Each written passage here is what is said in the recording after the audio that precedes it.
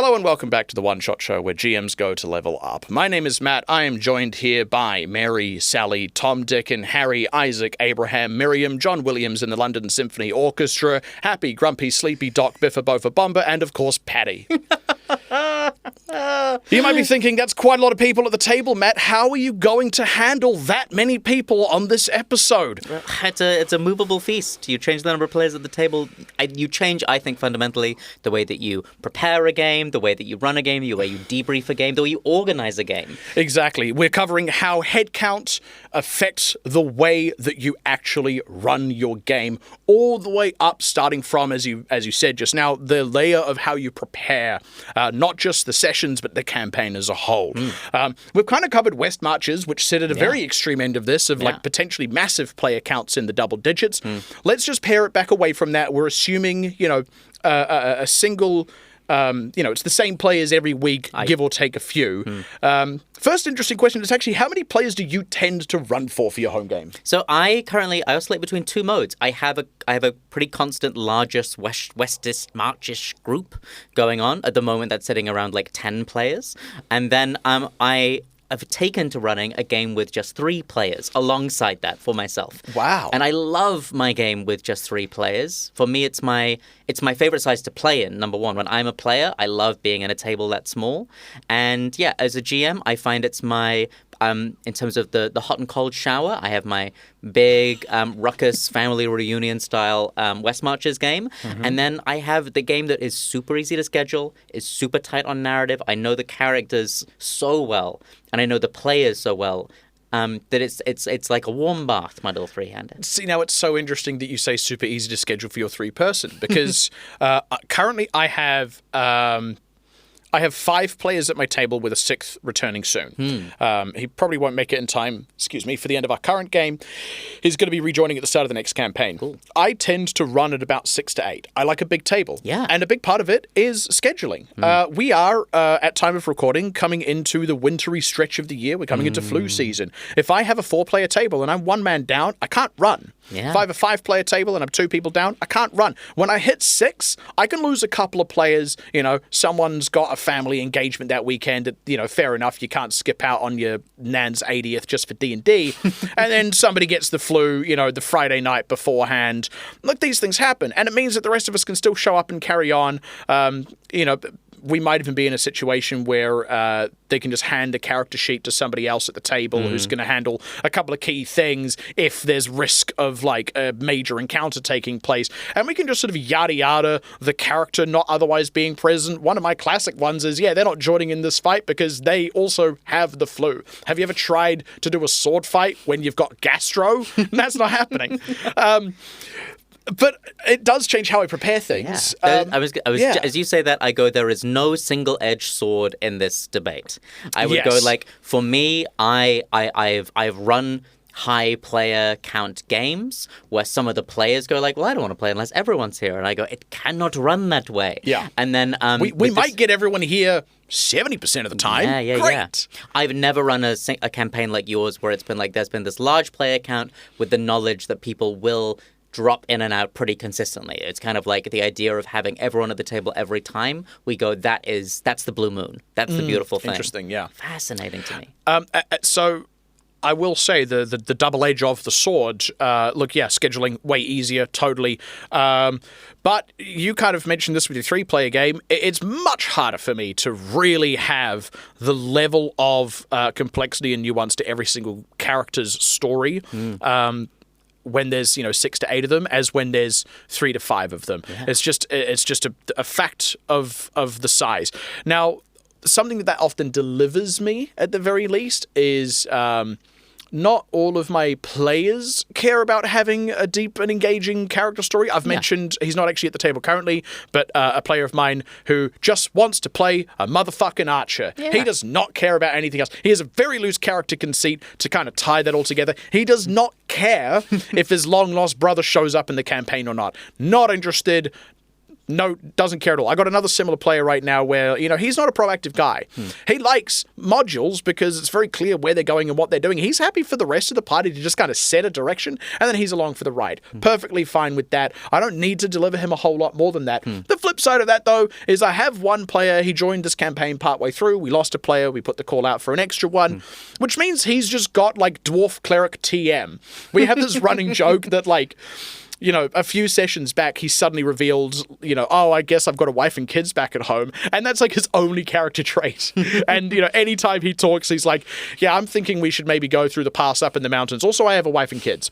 And like, he just has no other character traits. And that sucks. Like, he's looking at everyone else's character arcs kind of round out and come to a head now and is missing out on that. He doesn't want to, which means for the next campaign, we're baking it a little bit more. That's good. It's because he was new at the table. He didn't really know what to expect. It was always going to happen, but it does mean he's like played with us for a year and a half with like fucking no story for his character, and that can suck. Yeah, I mean, I go the depth. I feel that like with my smaller table, I feel like the depth of understanding that I have of not only the character but the mechanics of that character, how to design for that character, are so much higher. And I think that in my West Marches game, there were like a couple who play looser and lighter, and like I'm just here. I have my typical archetype. I love it. I love I love the little bit of role play that I do inside it. But I'm mostly here either for the people, like I'm here to be in the room just to chat around the table, or I can get something out of the game that doesn't require the depth of understanding that comes with, in my experience, that comes with a smaller group, for sure. And I guess what we're really looking at here is, if you've got a large enough table, then like a super heavily character-driven thing is probably just not going to work. So when we talk about, going way back to the campaign prep level, but look, if you know that you're going to be running for 8 people, unless you're going to do like a critical role style or split them up into 2 tables of 4, you're probably not going to have that like extremely intricate character-driven narrative. It is going to be a little bit broader than that. You may have individual characters within that where the player really likes that sort of thing and you can still cater to that. You're never going to have the time to do it for all 8 people, both in prep time and at the table. It's just not possible. No. You don't end up ever rolling a dice. You're too busy, acting out these great big scenes. And that's and the higher you go, the more spotlight becomes a question. It goes, how and where do you share that spotlight? In a 3-person table, you're not waiting longer than maybe 15 minutes until your turn comes around. And then when the GM turn comes around, you know that you're probably going to get targeted by something. So I find that like engagement with a 3 is also incredibly high. But once you, I think the difference between 3 and 4 is huge, but between that 5 to 6 to 7 brackets, then you go, there's a lot of downtime baked between my next moment and your moment. And that's downtime that exists in and out of combat. I think often people are very aware at a big table of the downtime within a combat, and this is something I'm really keen to talk about in this episode as well, is like when you got a big table, you got to keep things clipping along. You might have to set additional rules that will not exist in a 4 to 3 player game so that people aren't sat around on their hands for too long. 100%. It has to be like, you have to know what you're doing before your turn comes up. You need to be hot to trot. If you've got questions, you've got everyone else's turn to look up answers. If you need a quick clarification because you haven't found an answer, we can resolve that at the start of your turn, but no more than that. You might have to have all these extra rules, even really simple things like, roll your attack and damage dice at the same time just to speed up the roll. All of these things are great, but it's true in the dramatic scenes as well. If 2 characters are having an interaction, either just between themselves or between themselves and an NPC, everyone else is sat there watching. So one of the things I lay out is like, let's let everyone sit in the scene. Let it be television for you, right? Yes. Because you're also going to get that moment in the spotlight as well. Just come to peace with that as a conceit to the style of game. Not every scene can realistically include every character, even if everyone is technically in the room, just because there's going to be too many people talking. We're never going to get anything done. And again, I'm lucky that I've got a group of players that have a pretty well-established dynamic by now. We know who the talkers tend to be. They're not always playing a charismatic character, which gives me interesting things to lean on, when they're not playing playing a charismatic character, they may be bungling a lot more of those conversations, even though they're still sort of the designated table talker. And that's fun. We all just kind of know that.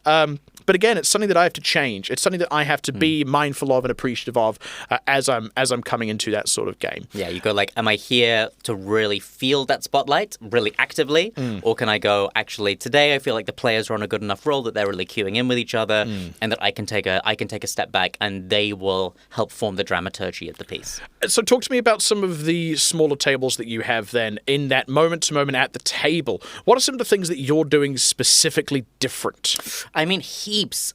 I think that when I'm running for a 3, I will often design every encounter, and I can think about we're thinking combat now, and I can think about everything that everyone can do, and I can design really specific things that really speak to what I know my players are exciting in terms of when we talk about the catering to your players episodes. I really lock into that with my 3s. I feel like because you've only got typically, if 2 of them are in a dialogue scene, I know the editing is so much easier. The editing of like pivoting back and forth between people.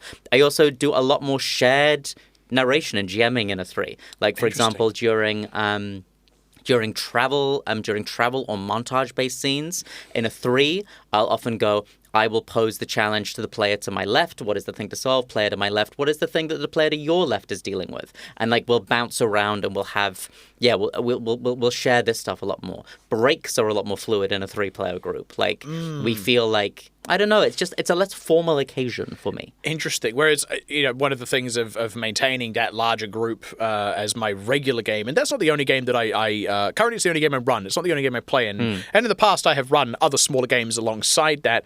But one of the other things is we are very regimented. We are on every goddamn fortnight, right? We have to be consistent. Otherwise, it does fall apart. This is when we arrive. This is when the music plays. We take a break like this around this length at this time. And we all know that. And look, we will play for several years. We'll get comfortable, and sometimes things slip up. I had to have a conversation like a year and a half deep where I was like, look, guys, I know we tend to start a bit before 12 o'clock, or, we start around 11 o'clock, but I don't want people stopping to order food an hour in because we've barely got started. Yes. And then suddenly everyone's, rustling hamburger wrappers. Yeah. It just doesn't work. Yeah. So we had to remind ourselves of the schedule and pace of play that enabled us to actually continue playing. Yeah. Because, again, I've been through that process of having it fall apart if we don't stay on top of those things. Whereas with a smaller game, I imagine it's much easier to just sort of, hey, everyone's free, let's go. Absolutely. And you can do games that are more like drop of a hat with this group.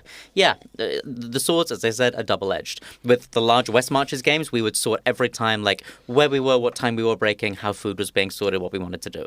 Like, is this like a snacks game? Is it we got into a real habit of hash browns and scrambled eggs? We did it with every brunch game. A brunch game. Oh, hash brown and scrambled egg brunch game was always so delightful. First major game I ran, we were about 8 players. At its peak, that had 9 people at the table. And we would play for about 3-ish hours. Then we would order a bunch of food and we'd all sit down for an hour and eat food, and then we'd go back and we'd play for like another 3 or so hours. So, these are like those real big all-day games, and it was so much fun because also we'd be sat around eating pizza for an hour in the lounge, talking about what was happening, where things were going. We'd often come back for the back half of the session, the next 3 hours, with this, the players would have had all these thoughts and plans and ideas about what they're going to do next, and that delivered something really, really cool. This makes me think, one of the things that I always struggle with the big game is how do your players make decisions with that many people around the table? Because I go to the point of making a plan or making a key decision.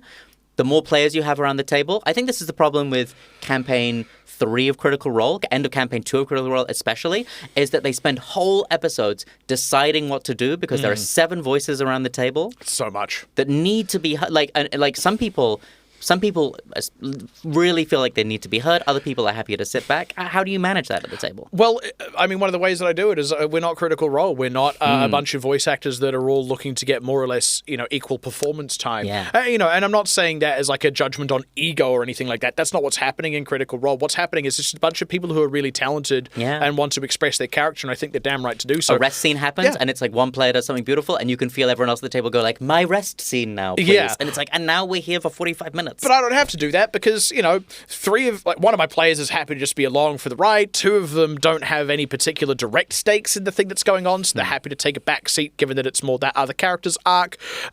They have a more close confidant in this character, so maybe they discuss things with that one and also an NPC, and then a decision is more or less reached and they're happy to carry on. Yeah. That's kind of how we do things. Yeah. It sort of naturally delivers that structure. But that is, first of all, something that requires buy-in. Everyone take a shot, player buy-in. It's also something that requires time. That is a dynamic that we have formed over the course of this campaign. I would say it took the first 6 months of this game to develop that. And every time a player leaves and a new player comes in, which in this campaign has happened, I want to say maybe 3 times, we've had a new person come into the group. There is an additional length of time spent, much shorter, usually only a couple of sessions, as they kind of enter that dynamic and it reforms with them in mind. And that also requires buy-in. It has to be something that everyone's cool and comfortable with and going, it might take a bit to get this right. There might be a player at the table who kind of feels like they're not getting to talk as much as they want to, and it'll slowly come right. Yeah. And that's also something that I, as GM, am actively managing. Like, I'm talking to my players about the dynamic at the table. I have the message of me saying, hey, I feel like so-and-so is getting too much of the talking ball, and I go, fair enough, I'm happy to talk to them, but first, try just taking it off them in character. Yeah. Don't just give it to them because they might just be talking because no one else is. I help them, sort of nudge them all towards figuring out something that works, because I don't want it to be too editorialized by me, where I'm pushing people to talk this much but not this much and all those sorts of things. I just create the environment for the players to figure it out among themselves. Yeah, which was like in a West Marches format is very, very clear. It's like, here's the format is you start in the town, you have a mission, you make a little bit of a plan, but in the whole time that we're playing, maybe like 3 to 6 hours, you need to get into the mission and you need to get home during that time, so the time management is on all of us to do. Speaking of time management, Patty, we've done it again. We're over 15 minutes. That's all the time we have. We need to get it done under 17 minutes. Hey, thank you so much for joining us, and we'll see you next time. If you enjoyed that episode of the One Shot Show, please consider supporting us on Patreon. Go to patreon.com/one-shot-show. You'll see all of the offerings available. You can commission custom episodes. You can get video versions of our regular weekly episodes. You can get monthly bonus episodes where we deep dive into particular topics. You can submit questions for our regular Q&A format. And we have a new offering that we're going to be launching this month, where at the end of each month, we will do a live Q&A session in our Discord server talking about the episodes from the most recent month.